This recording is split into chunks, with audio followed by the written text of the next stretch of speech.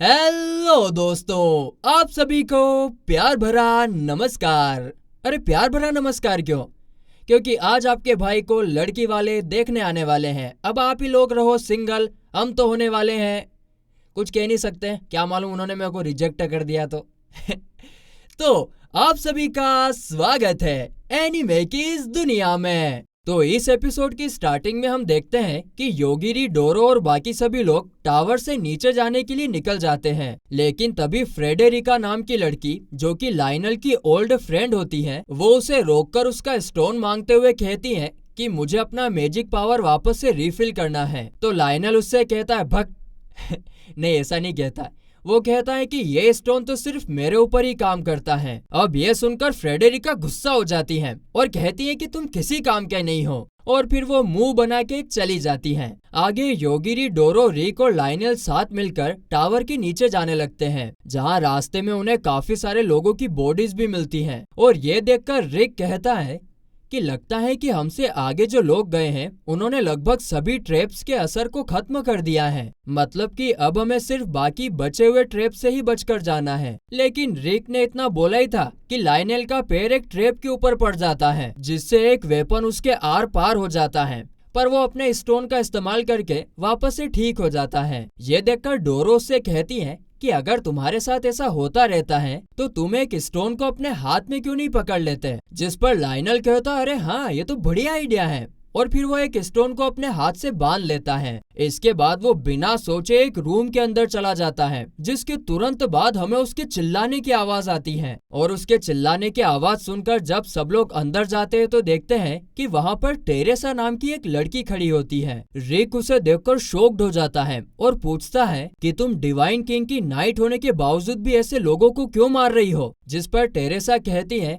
क्योंकि हमें ऐसे ही तो पॉइंट्स मिलते हैं। मैंने गलती से काफी सारे मासूम लोगों की जान ले ली थी, जिस वजह से मुझे निकाल दिया गया था। इसीलिए मैं इस मौके का दोबारा इस्तेमाल करना चाहती हूँ। ये सुनकर रिक सबको वहाँ से बाहर जाने के लिए कहता है, लेकिन डोरो कहती है कि हम यहाँ से बाहर नहीं जा सकते हैं क्योंकि पूरे रूम में हर तरफ पतले पतले वायर फैले हुए हैं। इसके बाद रिक टेरेसा से लड़ने का डिसाइड करता है, जिस पर टेरेसा उस पर लगातार अटैक करने लगती है और उन अटैक्स को रिक को हैंडल करने में काफी ज्यादा मुश्किल हो रही थी। मगर तभी अपना हीरो योगिरी पीछे से अपना फेमस डायलॉग मर जाओ तुम बोल देता है। और आगे क्या होता है वो तो आपको पता ही है। टेरेसा के मरने के बाद योगिरी को लाइनेल का कटा हुआ हाथ मिलता है, जिसमें उसने उस स्टोन को पकड़ा हुआ था, और उसकी बॉडी तो कहीं और ही पड़ी हुई होती है। और ये देखने के बाद वो लोग उसकी मदद कर देते हैं। और फिर और नीचे वाले फ्लोर में आने पर उन्हें एक होटल जैसा रूम मिलता है और सब लोग अपने अपने रूम में चले जाते हैं, जिसमें वो नाइट स्पेंड कर सकते हैं। मगर योगिरी और डोरो को यहाँ पर सिर्फ एक ही रूम मिलता है।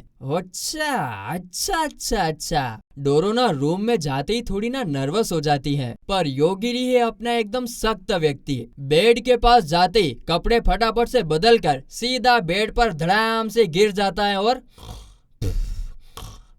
सो जाता है। तो वहीं अगले सीन में हम लाइनल को देखते हैं, जो कि आधी रात में अपने स्टोन्स के वापस आने का इंतजार कर रहा था। और जैसे ही आधी रात होती है उसे एक साथ 100 स्टोन्स मिल जाते हैं, जो देखकर तो वो काफी ज्यादा खुश हो जाता है। और तभी एक स्टोन में से वही गॉडेस निकलती है जिसने उसे इस दुनिया में भेजा होता है और स्टोन्स दिए होते हैं। वो गॉडेस उससे कहती है कि अब से मैंने इस जगह को तुम्हारा सेव पॉइंट बना दिया है, तुम अब जब भी और जितनी भी बार मरोगे यहाँ पर आ जाओगे। और इतना कहकर वो वहाँ से चली जाती है। इसके बाद हम स्वॉर्ड मास्टर को देखते हैं, जो कि एक लड़की से बात कर रहे थे। वो कहती है कि टावर में मरे हुए लोगों का नंबर सोल्स के नंबर से मैच नहीं कर रहा है, और तो और हमें फर्स्ट बैरियर को ठीक करने के लिए सभी डीमंस की पावर को रिफिल करना होगा। इसके बाद अगले सीन में हम एक दूसरी लड़की को देखते हैं, जिसका नाम आओई था, और वो एक लड़के से फाइट कर रही होती है। आगे वो उस लड़के से कहती है कि मुझे पहले ये चेक करना पड़ेगा कि तुम अच्छे आदमी हो या नहीं। और फिर वो अपनी राइट आई से देखकर कहती है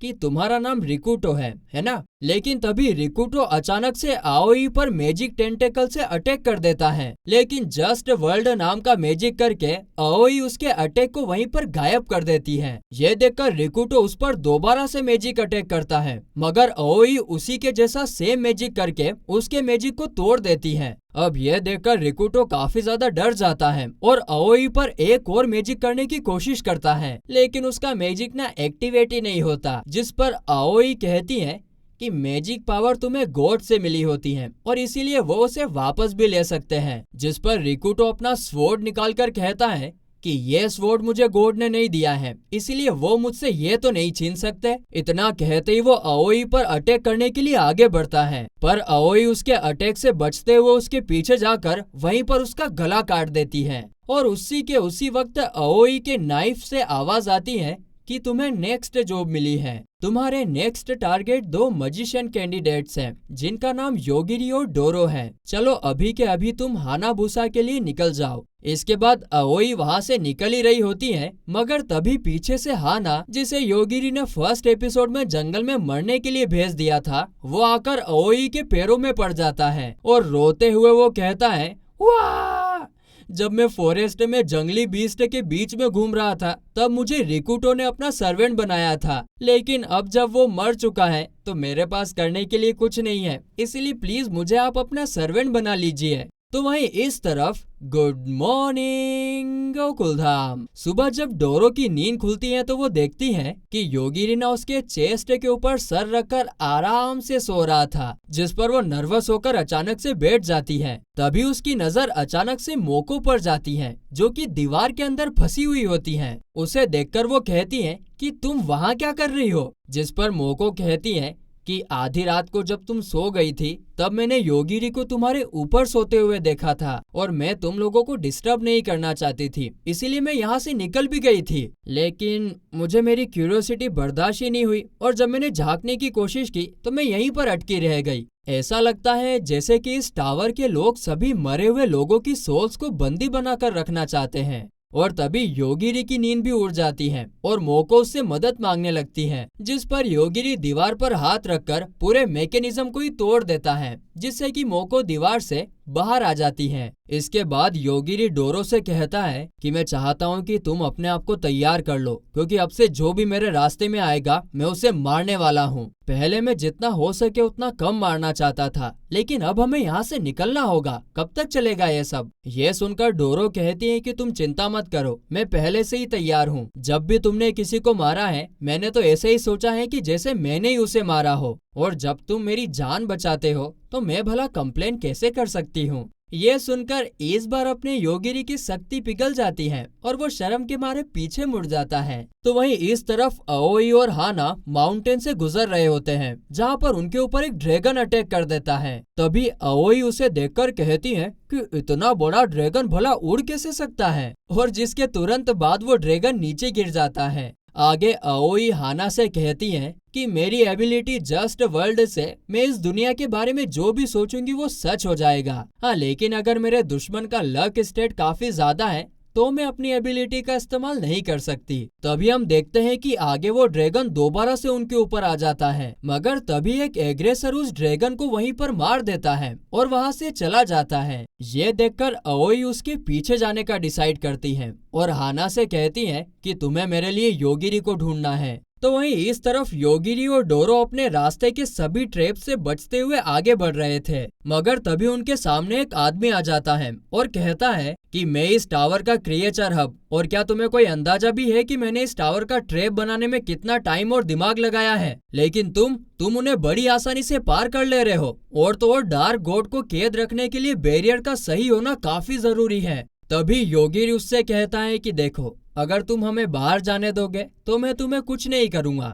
ये सुनकर वो आदमी कहता है कि मैं इतना बड़ा बेवकूफ भी नहीं हूँ जो तुम पर यकीन करूँ, और ये बोलते से ही वो वहाँ पर अपना मैजिक करने लगता है। लेकिन इससे पहले कि वो अपना मैजिक कंप्लीट कर पाता, योगी उसको वहीं पर टिप टिप बरसा पानी वहीं पर टपका देता है। तो वहीं इस तरफ टावर के अंदर काफी सारे माल फंक्शंस हो गए थे, बैरियर टूट गए थे, सभी ट्रैप से तबाह होते जा रहे थे। किसी को कुछ भी समझ में नहीं आ रहा था कि ये सब हो क्या रहा है।